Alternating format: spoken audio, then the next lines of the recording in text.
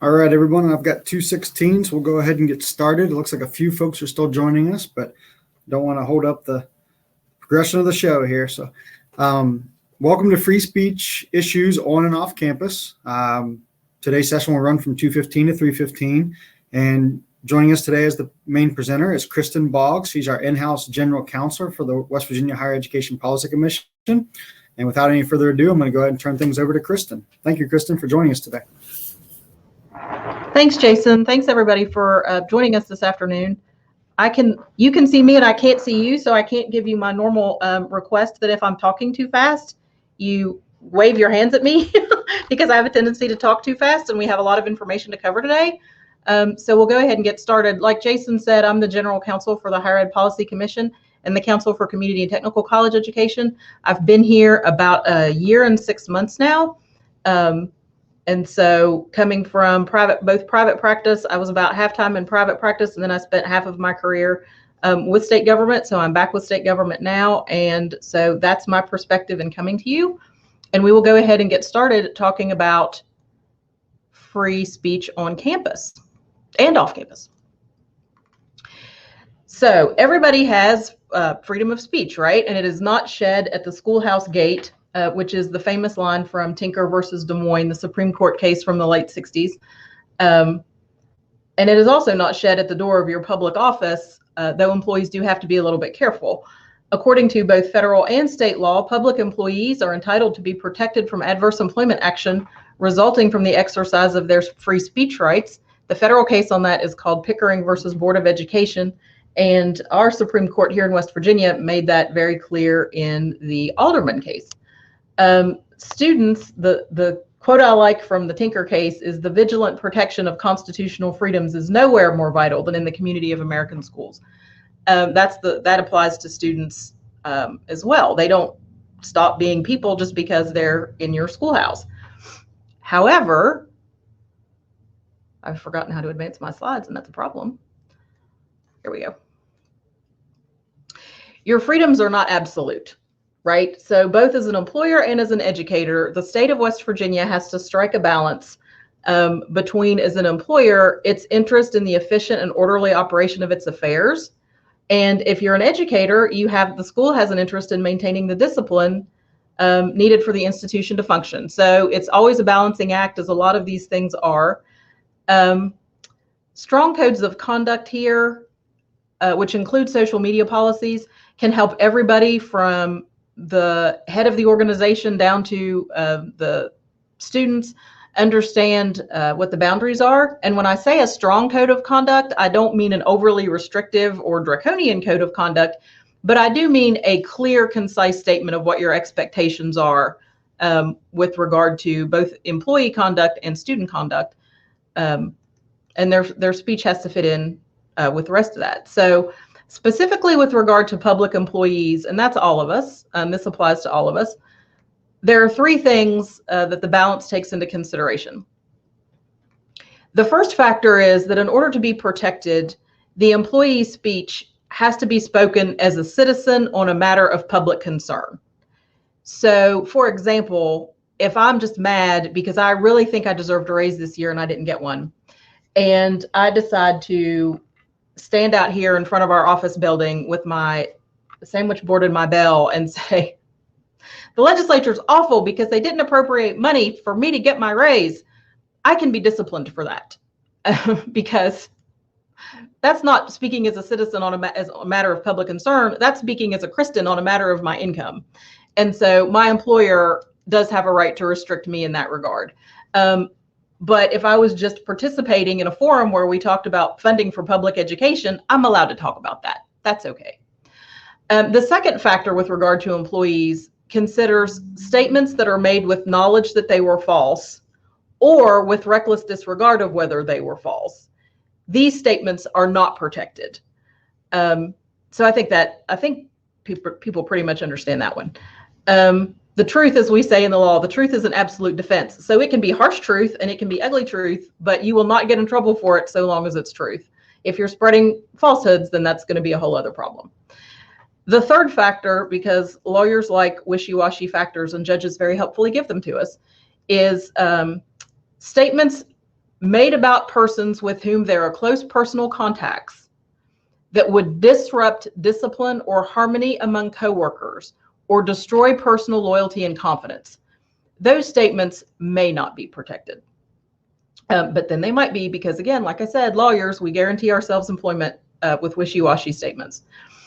In practice, what all this means is, even if an employee's tweet or Facebook post or speech in the town square meets the foregoing factors for free speech protection, if that post or tweet or oration in the courthouse, in the public square, would undermine the institution's efforts to create an efficient and orderly learning and working environment by indicating to students bias and discrimination are acceptable or things along that line, the employee can be disciplined for that, up to and including termination. Courts have found that the institution's interest in creating a safe and healthy and unbiased learning environment outweighs the employee's right to make bigoted public posts, let's say, and the First Amendment does not protect the employee from discipline. So we'll start first with public employees, and I want to talk to you about the Hatch Act a little bit. The Hatch Act is a federal law, but we're going to talk about it for two reasons. First is it arguably applies to public college and university employees, and we'll talk about why on the next slide.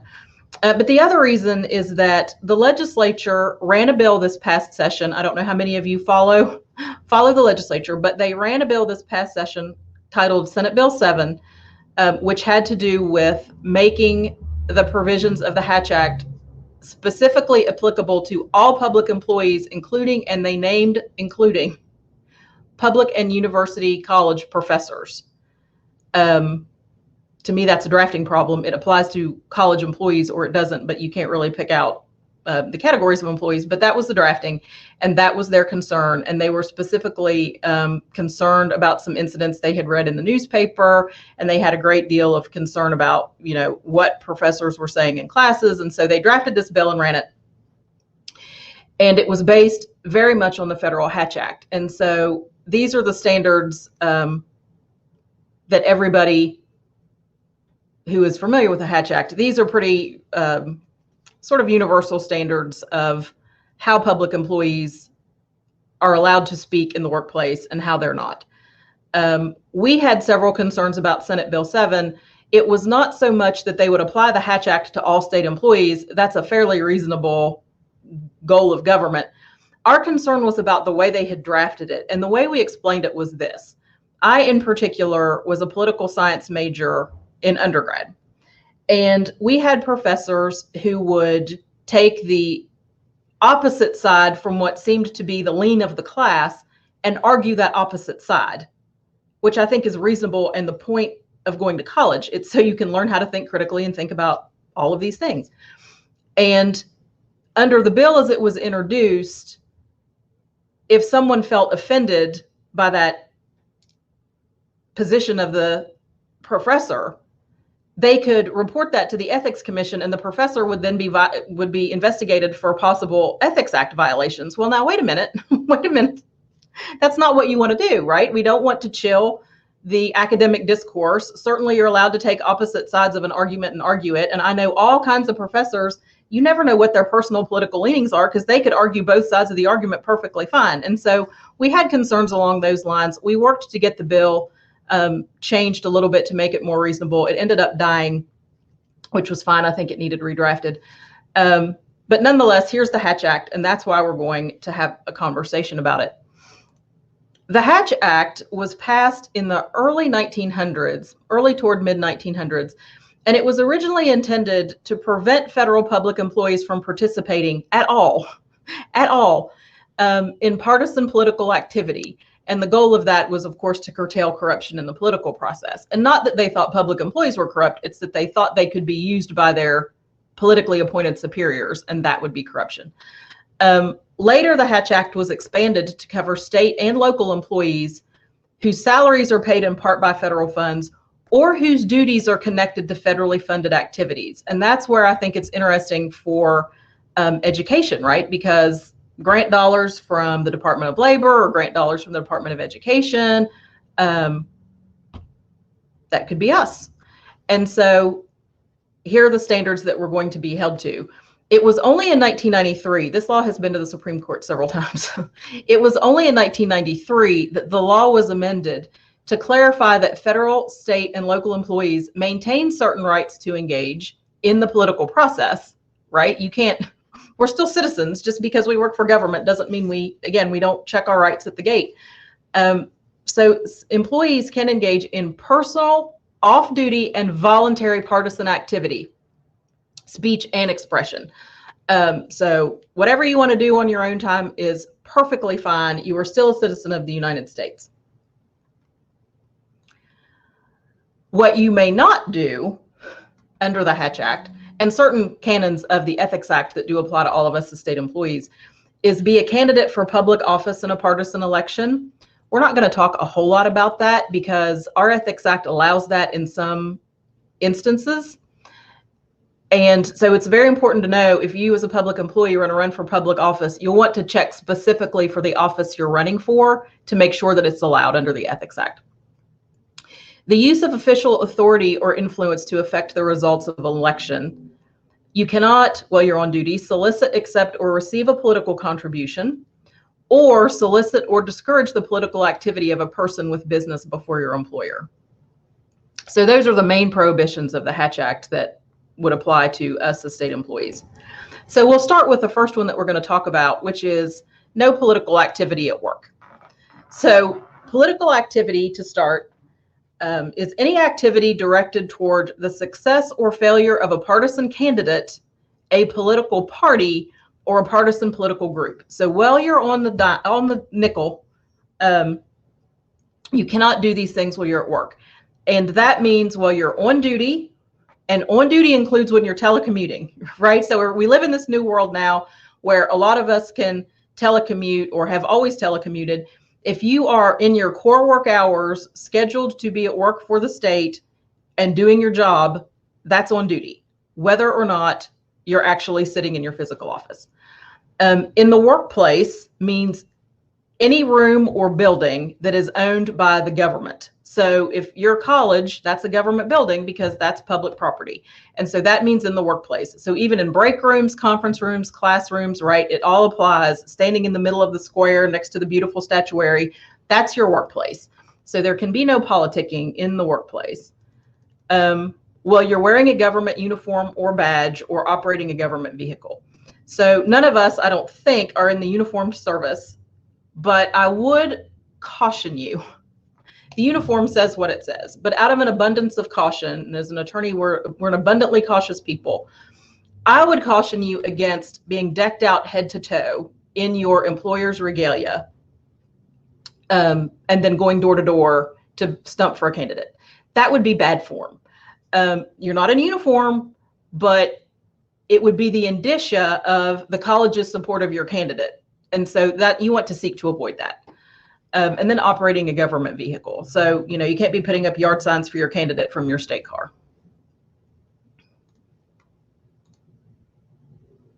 The political activities that are prohibited are wearing buttons and shirts and hats, displaying screensavers, posters, or pictures, making online donations, or emailing, blogging, tweeting, etc. from social media. Social media is the big thing, right? And again, these are just while you're at work, on your work time, on duty, as part of your job. That social media thing, because we've all got our own phones and we'll check our little social media, even if you're using your own personal device that you pay for with your own personal money, from your own personal email account. If you're on the job, please do not engage in political activity. That would be prohibited under the Hatch Act. Even if you're only sharing with friends that you know hold your same views, just don't do it from work. A little story about the pictures and where I don't part ways with the federal law, certainly. But I did work with a lady once who followed Senator Byrd around like he was the Grateful Dead. And so she had pictures with Senator Byrd that went back forever. You could watch the progression of time through these pictures, and she had them hung all over her office. I never took that as political activity. I would have thought nothing of that because it's just something she liked to do. She had the pictures hanging in her office. She never said the first thing to me about voting for him or not voting for him or hating his opponent, none of those things. But she had those pictures up. And so every year when I go through the Hatch Act again, I'm like, I struggle. But out of an abundance of caution, perhaps don't do it. What is not political activity is support of pending legislation. Again, we're all citizens of the world. And we get to have positions on things that the legislature is doing. Ballot initiatives, the budget, even if it's the budget for your school, I mean, you're allowed to have a position on that budget, and it's okay to discuss it while you're at work. Broad issues like gun control and those things, or petitioning the legislature, you get to do that. Again, as you're a citizen of the world. No fundraising at work. And again, remember, we're talking about political activity here. We're not talking about the softball team or band uniforms or soccer practice. So this is just political activity. You cannot raise funds for your favorite candidate while you are at work. Obviously, we all know what fundraising looks like. Hopefully, no one would be working a phone bank asking for contributions while they're also on work time. I think that would be problematic on several different levels. Hopefully, we're not hosting a fundraiser on company time. And again, we're back to that social media. That social media will get us. But again, if you're off duty and outside the workplace, you can go to all the fundraisers you want. You can go door to door to solicit donations. What you cannot do, whether you're in work or out of work, is solicit your subordinates. So that's also under our Ethics Act, that's also an issue. And under the Ethics Act, it includes all charitable donations. So you could not, for the United Way, instruct your subordinates that they had to donate to the United Way. As worthy as of a cause as it is, we do not get to solicit our subordinates. And so that's the Ethics Act. The Hatch Act is no political fundraising while you're at work. No use of official authority. And this is the one I think that the legislature might have been concerned about with regard to professors, because you do have authority over your students. You control the classroom, you can control whether they get in the class sometimes, you certainly control their grades. And so I think this is the one they were concerned about, that professors in particular were using their title and position to perhaps influence the outcome of an election. That, of course, is a big no-no. You cannot involve your subordinates in your political activities. Please don't use your title or position. Again, like I said, don't deck yourself out head to toe and go door to door for your candidate. Certainly don't use the school's resources to do your politicking. And for some people who have access to sensitive information that is not publicly known, you certainly can't use that information that you learn in the workplace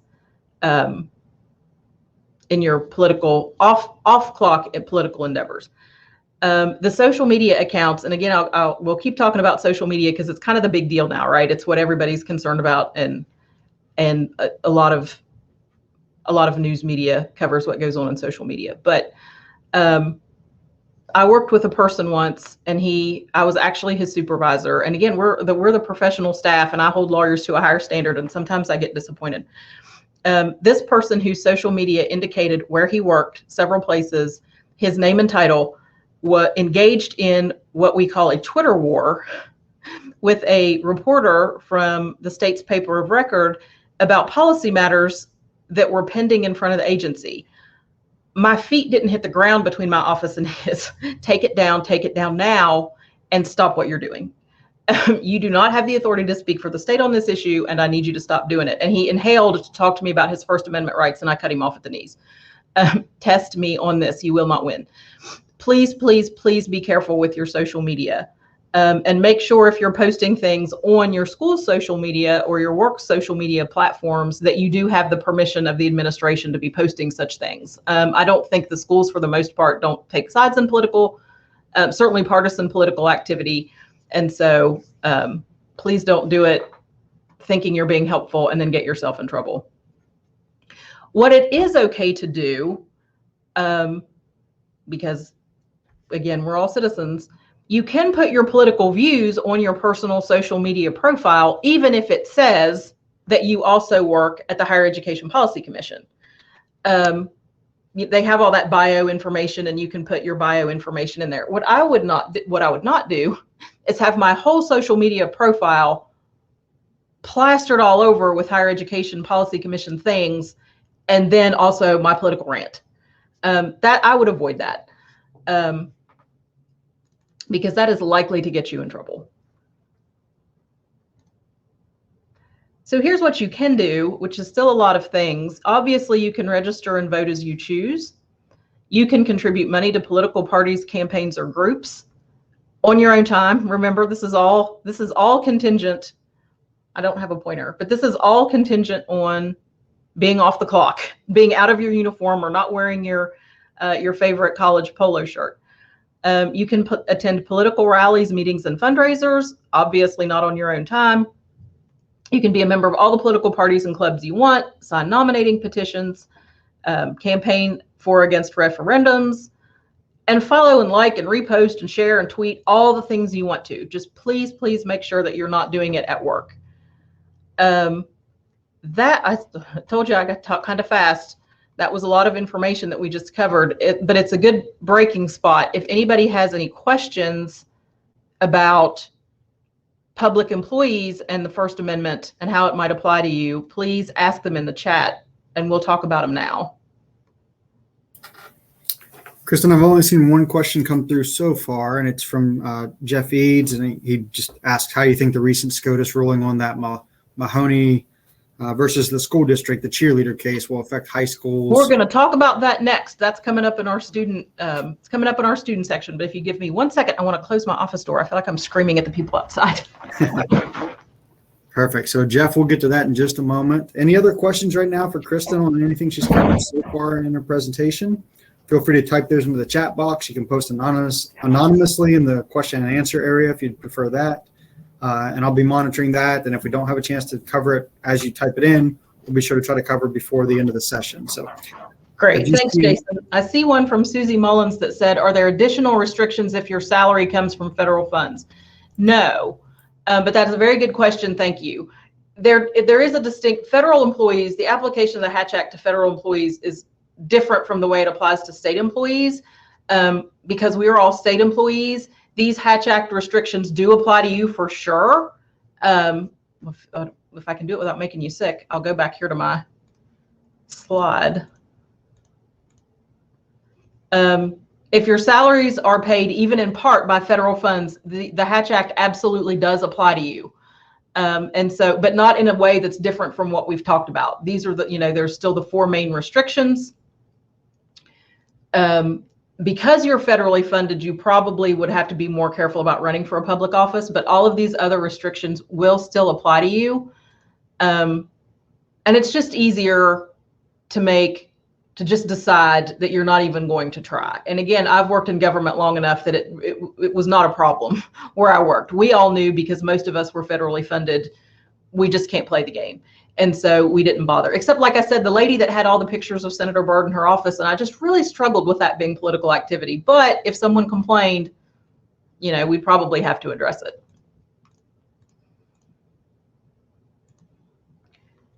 So now we're up here to free speech for our students, and this is where all the fun happens. There are so many cases. I kind of went down a rabbit hole preparing for this presentation because it's a topic that is interesting to me. It's a topic that was of interest to the legislature this session.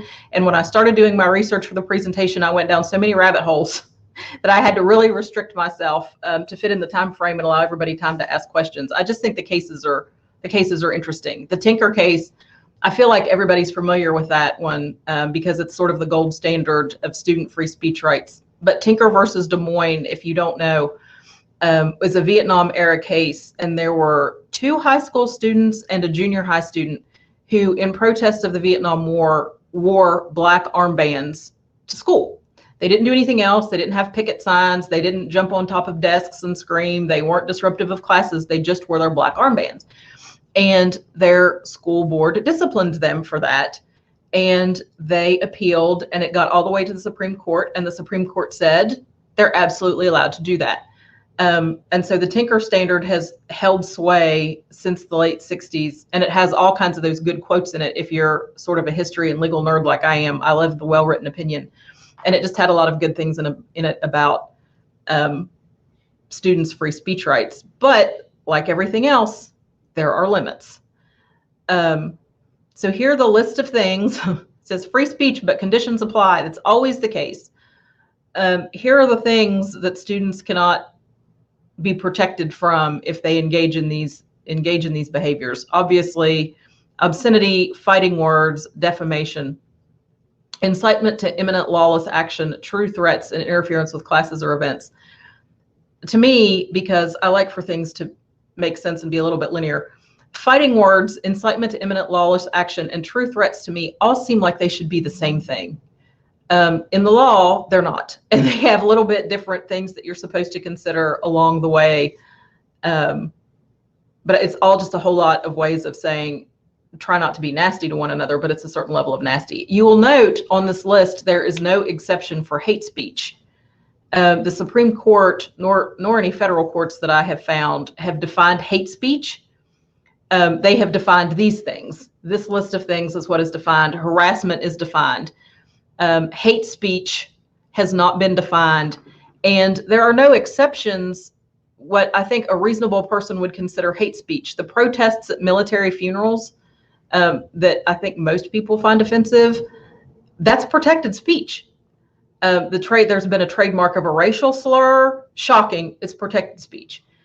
Scandalous trademarks have been upheld as protected speech. So it's an interesting area of the law that one could get buried in.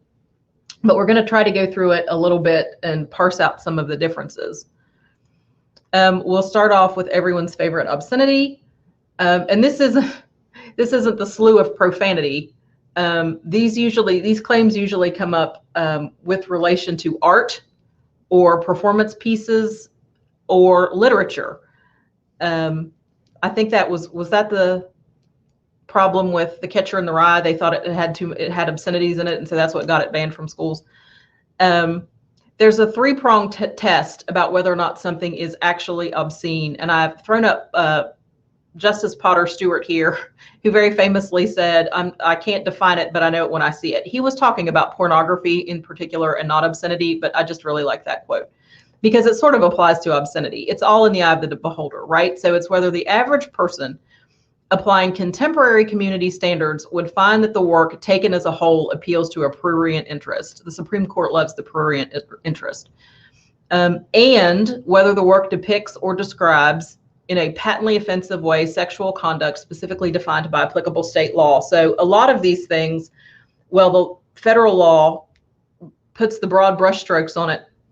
A lot of these are dependent on state law definitions. And so here, of course, we'd obviously be under West Virginia's definition of obscenity, and then whether the work as a whole lacks serious artistic, political, or scientific value. These things will not be protected speech.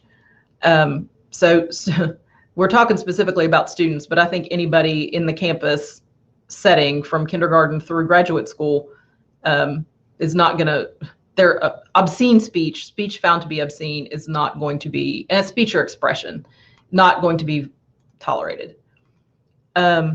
Fighting words, again, this is a very limited doctrine. So there has been some debate on whether or not it even still exists as a thing. But here, and again, the early 1900s opinions defining these things are just so written so well, but we've tried to put it in more concise language for today's purposes. Words that by their very utterance inflict injury. Well, that's pretty broad, right? Or tend to incite an immediate breach of the peace. Or speech that fails to possess any social value or contribute to the expression of ideas. And the courts have held that this is not merely offensive language, but it has to be personally abusive language exchanged face to face that would likely provoke a violent reaction. So usually fighting words, this is where we're going to get to the difference in a minute between fighting words and incitement to imminent lawless action. Fighting words has to be person to person and so abusive that you could reasonably have foreseen that the person to whom you were directing such language would slug you.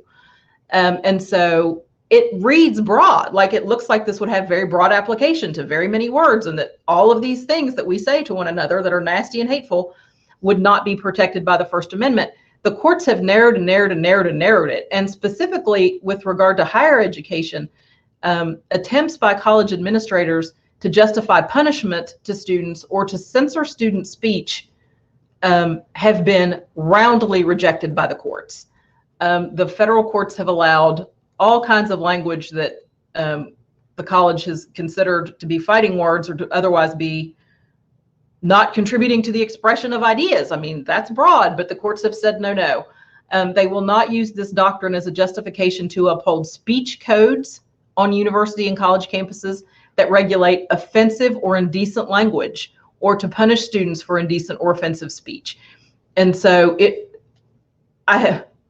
the case in 1942 that said these are fighting words, I don't know if that passes today. I just don't know if that would be found to not be protected freedom of speech, because courts, since this doctrine came into existence, have spent the rest of the time narrowing and narrowing and narrowing it down. Nonetheless, if you do have a couple of kids standing toe to toe and throwing vitriol at each other, you can correct them for that under the fighting words, but it's going to be a tough one. Defamation obviously is not protected. We've all watched Law and Order and seen some of these cases. Defamation, of course, is a statement that injures a third party's reputation, either written or oral. And there is a four-pronged test to determine whether or not something is in fact defamation. And we're back to those false statements purporting to be fact, or statements that are made without any consideration for whether or not they might be true or false. Problematic. It has to be published or communicated to a third person. There has to be fault on the speaker's part amounting to at least negligence. And then whatever you said has to have caused damages to your intended victim. The courts are not going to protect that as free speech. And this comes in the case in West Virginia, and this is a case about public employees, but the analysis would be the same. And it was the Alderman versus Pocahontas County School Board case. And in that instance, the employee was being transferred from a position, I think in the central office, to another position, and he did not take it well. And he comes to the board meeting, the purpose of which was to discuss his transfer. And he goes, and I'm just reading the cold record. I would have hated to have been sitting in that meeting. The man went off. There's just no other way to say it. And he hurled vitriol at the members of the board and members of his administration, and accused them of crimes and misappropriating money, and accused two of the board members of adultery, not with each other, but shook his finger at them and said, you know, you don't even have a right to pass judgment on my transfer because you're an adulterer. Just went off on a tear. And in particular to I think it was the assistant principal at his school, who he accused of stealing the money, actually did damage to her in the community. Pocahontas County, well, it's large and spread out and beautiful, is not very well populated, and everybody knows everybody. And she'd run into someone at the grocery store and they'd ask her about stealing that $2,500. I have no idea whether or not she ever sued him for defamation, so I don't know the rest of the story, but that would be the type of speech that is not protected by the First Amendment. And that's what our Supreme Court found and said, no, when he went off on this tear is not protected information. And his discipline for that tangent was allowed to stand. He was absolutely being punished for his speech, but they found that his speech was not protected by the First Amendment. So here we are with imminent lawless action. And this is sort of like the fighting words, except this is where you're standing in front of the crowd and you're inciting them to violence with their shovels and pickaxes. But that the speech has to be directed to inciting or producing imminent lawless action and likely to incite it, right? So it can't just be standing there shaking your fist and saying, why somebody ought to, that doesn't count. That's going to be protected speech. It has to actually be likely to incite the action. So if I just stand here and shake my fist and say, why I oughta, that's going to be protected. If I was standing on the steps with my pitchfork and my torch and said, let's go burn down the bandstand, come with me, and everybody started running behind me with their pitchforks and their torches, then my speech is not protected. I have clearly incited someone to imminent lawless action. But again, the courts have narrowed this down. It does not allow punishment of speech that advocates illegal action that might take place in the indefinite future, right? So why I oughta is a lot different from me standing here with my torch and saying, let's go burn it down. Lawless action, not going to be protected. And here we are to our friend, the true threat. And this one is a little bit interesting because a lot of these standards have to do with the recipient of the threat. You know, what you feel. Did you feel threatened? True threats for protected speech don't care what the recipient feels like or what a reasonable person would feel like. It only cares about the intent of the speaker. And so I'll use myself as an example here. Years ago, I used to work with a guy who's about 6'4" and built like a linebacker. So over 200 pounds, very big guy. I was, a foot shorter than him and probably 120 pounds lighter. And I used to walk in his office with some degree of frequency and say, I'm going to jump up on the desk and punch you in the face. And he would laugh at me because obviously I wasn't going to do that. That was not a true threat. That's just me saying words. And I say that a lot. I'm going to punch you in the face, or I'm going to, do something.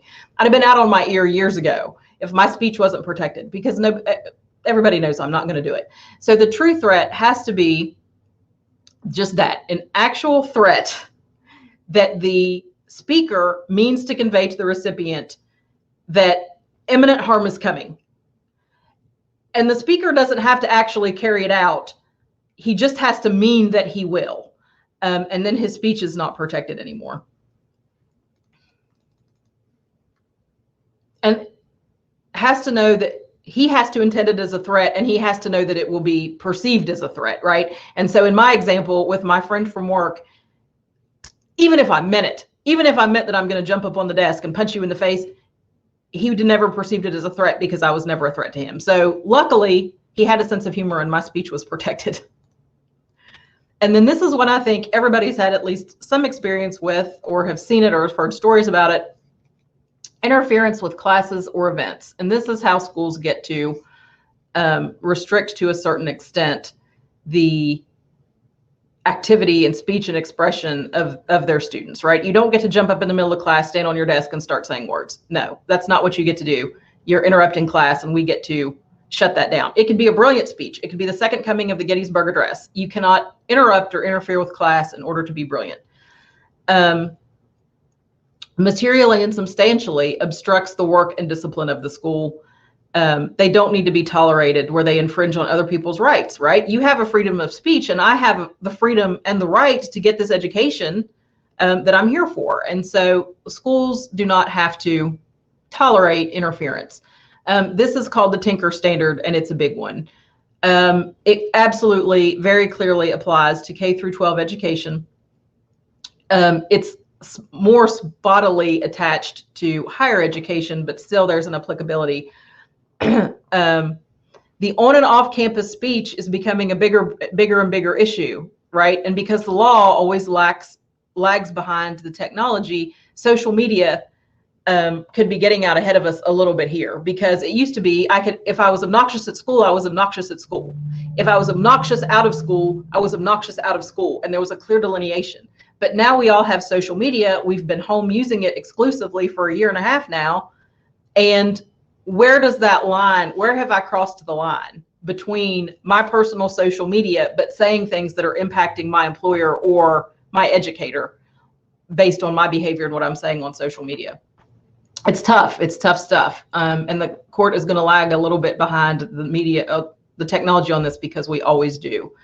And its application to social media is tough just because of that. There's a long time between 1967 and 2021 for Tinker to have to cover all of that technology. So what schools get to do here is have a time, place, and manner restriction. And this is where you can have your rules on campus. And I'm using campus in the global term, like the high school is a campus, the elementary school is a campus, the college is a campus. You get to have your, as I said earlier, your well-drafted, clear and concise social media policy, your code of conduct, and all those things. And you can have regulations on when people can protest. and engage in their free speech rights. You can put time, place, and manner restrictions on them, but in order to survive the test of constitutionality, the three things must happen. It must be content neutral. Your restriction must be content neutral. And so there are two types of restrictions that people try to put on their rules. They want content-based restrictions or viewpoint-based restrictions. Those are both bad. Those will not be upheld by the court. In fact, there is a presumption against them. Courts review that with strict scrutiny. A content-based restriction limits speech based on its subject matter. So there shall be no political speeches in our public park. That's content-based. You've said no politics. Viewpoint-based restrictions limit speech based on ideology and perspective.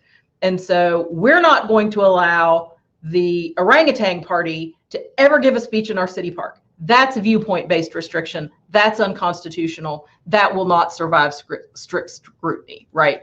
So those are the differences. Those two things are presumed unconstitutional, probably not going to fly. Your restriction has to be narrowly tailored to serve a significant government interest. And there is a significant government interest in your organization running smoothly. There is a significant government interest in your school day being carried out appropriately and the kids learning the things in the lesson plan that you had that day. But your restriction has to be narrowly tailored. And then it has to leave open ample alternative channels for communicating the speaker's message. You cannot stand in the middle of the classroom and scream your message, but we'll put you down here in the auditorium at 3:30. You can talk to whoever shows up. So those are the things that your rules have to have in order to survive muster.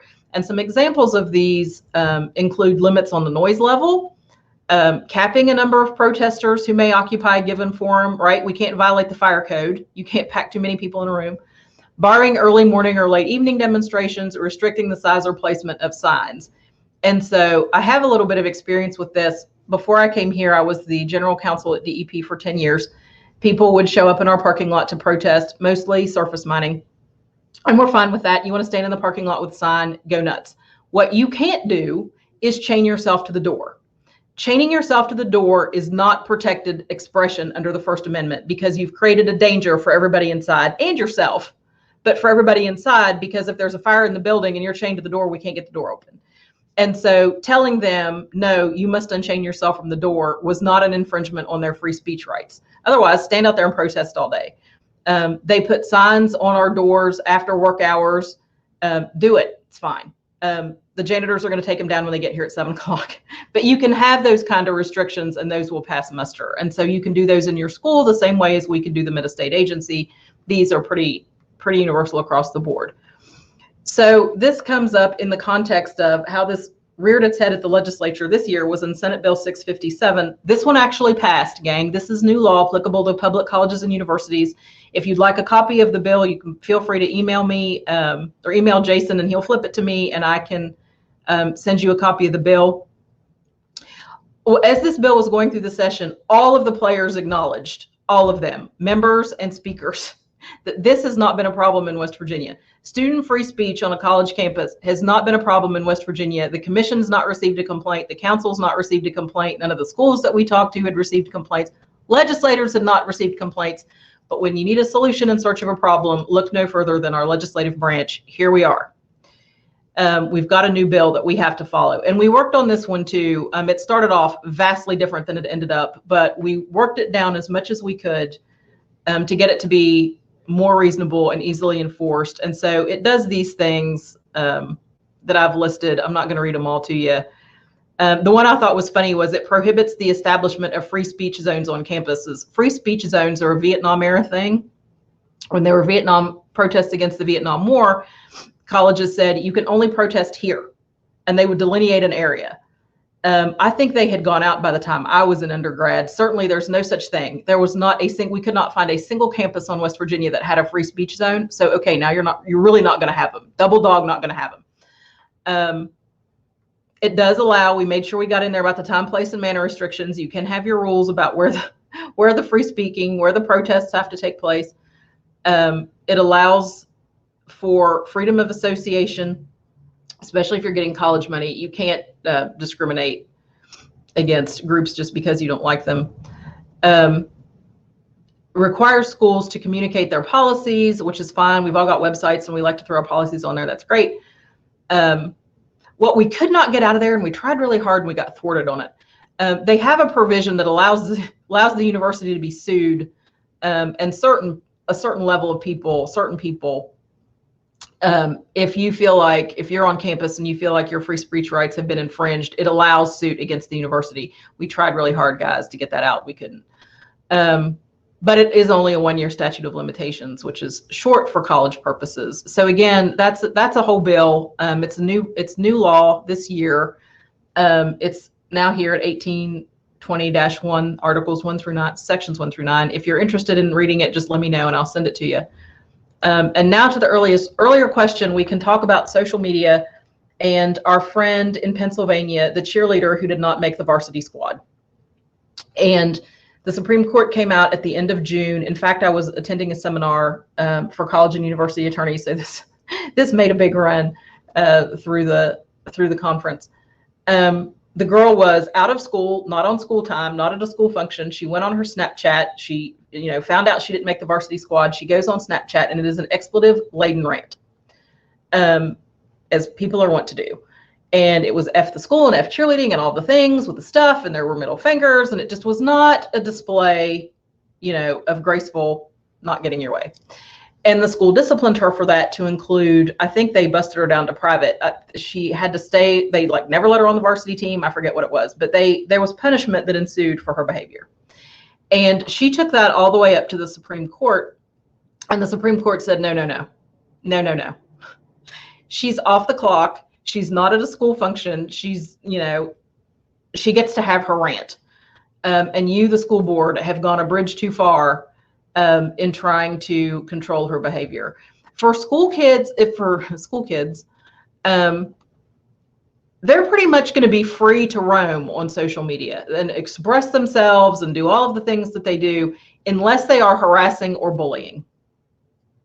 If they are harassing or bullying, the school can step in and say, I don't care that you were sitting in your grandmother's basement on a Saturday. You can't tell your fellow student across the hallway that you think they should kill themselves. No, we're going to punish you for that. And that's likely to be upheld under the harassment laws. Cyber stalking, a lot of states are now getting involved in like cyberbullying and cyber stalking laws, cyberbullying laws. So more and more on the state level, that'll be an issue.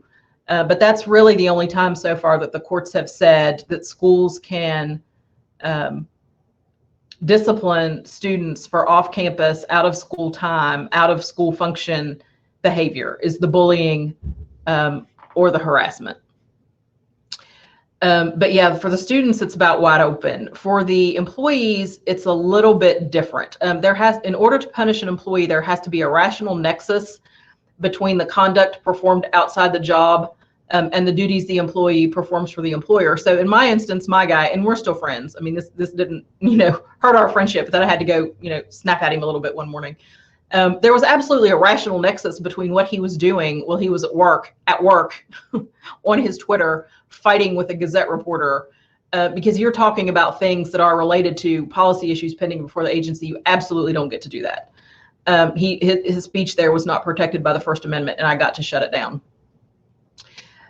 There's a case on this through the grievance board, and I don't, if the grievant appealed to the circuit court, I couldn't find it. That doesn't mean it's not there. My research tools weren't what I needed them to be. But there was a teacher in Cabell County several years ago who, on her personal social media and on her personal time, because certainly public school teachers don't have a lot of time while they're teaching classes to get on their social media. So she was on her own time. There was no question. It was a personal account.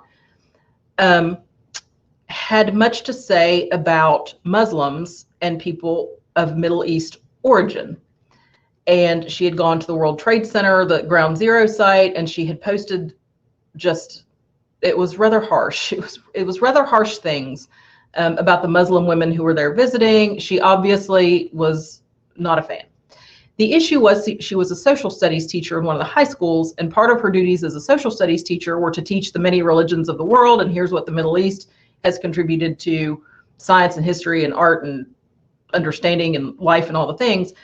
And the school board started getting complaints from parents who had seen her Facebook posts and grew concerned that you have such an obviously bigoted person teaching in your classrooms. And they, I believe, fired this woman on the theory that I can't trust you to teach social studies if you have an obvious bias against a group that you're supposed to be teaching about. And the grievance board upheld her termination. She grieved it, and the grievance board upheld the termination because it undermined the school's efforts to create an efficient and orderly learning environment. I mean, if you would be afraid to send your child into that classroom, well, how effective of a teacher is she going to be? And so, like I said, I don't know if she appealed it or not, but that is an interesting read as well. And so I summarized for you, I think we're about at time for questions, but I've summarized here in the list of what you can and can't do with regards to students. And so you absolutely can censor or punish speech that meets the legal definitions of any of the things we've talked about, right? Harassment, threatening, all of the things. You can impose time, place, and manner restrictions so long as they're content neutral. And even in dormitories, especially, because people live there full time, but you cannot allow behavior or speech that is going to undermine a supportive learning environment for students. You can ensure that all student organizations are open to all students, and you can impose sanctions on conduct that is not protected by the principles of free speech. What you cannot do is punish speech merely because you don't like it. I think one of the things on college campuses was Milo, and then he has a long last name I can't pronounce, and schools would try to kick him off, let him talk. Just because we don't like what he has to say doesn't mean that he's allowed to say it, and he probably liked the attention of being kicked off campus. You can't prevent protesters from having a meaningful opportunity to get their views across. I mean, like I said, we let people protest in our parking lot as long as they didn't block traffic or chain themselves to the door. Say what you want to say to whoever walks in or out of the building. You cannot impose the content-based or viewpoint-based restrictions, and you can't deny student organization acknowledgement simply because you don't like what they have to say. And that is about it, if anybody has any questions. Kristen, we do have a few questions in the Q&A section. The first one deals with the Hatch Act from earlier in your presentation. Okay. Would a state employee, let's say with a political bumper sticker on their vehicle, is that political activism protected if they drive that vehicle to work? I actually had this come up in a work environment. It wasn't a political bumper sticker, though. It was the Confederate flag, and and this was 20 years ago. The back window of the person's pickup truck was the Confederate flag. It was back when it was popular to cover your whole window. It's your personal vehicle.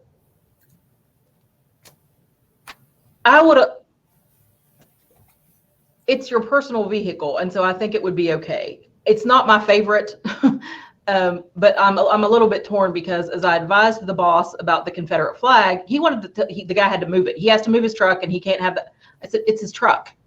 It's his truck that he paid for with his money. So we don't have to like that, you don't have to like that he has a Confederate flag in his window, but he gets to have that, his back glass gets to be a Confederate flag. I think if it's your personal vehicle, I think you can have it. And it's going to be tougher on college campuses. We had people park across the street from our office in the public parking lot, not because of their political bumper stickers, but because they were carrying firearms in their vehicle. And you can't have a firearm on state property. And so they carry their firearm anyway and park across the street. You can't always do that at a college campus or at your school. And I understand that. I would think because it's your personal vehicle and it leaves campus with you every day, I would think that would be allowed. But I'm always overly cautious about those things. But I think it would probably be okay. What you could not do is put the bumper sticker on the bulletin board in your office. That's an absolute no-no. But I think because it's your car, I think the school would be hard pressed to say take that bumper sticker off of it. Great. Next question is: do a lot of these same free speech laws, as they apply to public employees or state employees, are they still mostly applicable to somebody, for example, that would work at a private institution in state? No, if you work at a private institution, and since I'm sitting here where I can sort of see in the direction of the University of Charleston, of course, is a private school. They can do whatever they want. The Hatch Act and these things apply to public schools, public institutions, public agencies, but not private. I mean, I still think as a general matter, your employees have free speech rights, full stop. Your students have free speech rights, full stop. That you are private won't save you if you go all the way over to the, you can't ever wear blue shirts on Tuesday. That's not going to fly, but they have a little bit more wiggle room with how they do their restrictions. All right. If there are no other questions, I don't see any more coming through. Kristen, want to thank you. It was a great and very informative session. Really appreciate it. If anybody has questions, feel free to stick around for another minute or two. The next session doesn't begin until 3:15. Great. And if I didn't answer your question about the cheerleader case, I'm happy to take another stab at it. It's brand new, but it's fairly interesting. I think it'll affect high schools across the country and state by causing those people in charge to be a little bit more cognizant of this off-campus student speech that they're trying to regulate. Perhaps if she had made, again, if she'd made a direct threat against the school, or she'd said something disparaging about the school, I didn't get on the varsity cheerleading team because the principal, fill in the blank of crazy things that someone could say, there might have been a little bit closer of a nexus for them to punish her behavior, but she just literally, it was just an expletive laden rant, and then they punished her for it. Well, again, when I went to high school, you could do that in the parking lot, and if nobody heard you, you were fine. But now that we've got these devices and people can see what you've done, it was just easier to be a kid at one time than it is now. But I think that's going to be what it is. I think they have to be more careful about the speech they punish. All right. Well, thank you, everybody. I hope you enjoyed the session, and we look forward to seeing you all in the next breakout just before the final closing of the day. So one more session to go. Have a great Thanks, everybody. Thanks, Jason. Thank you.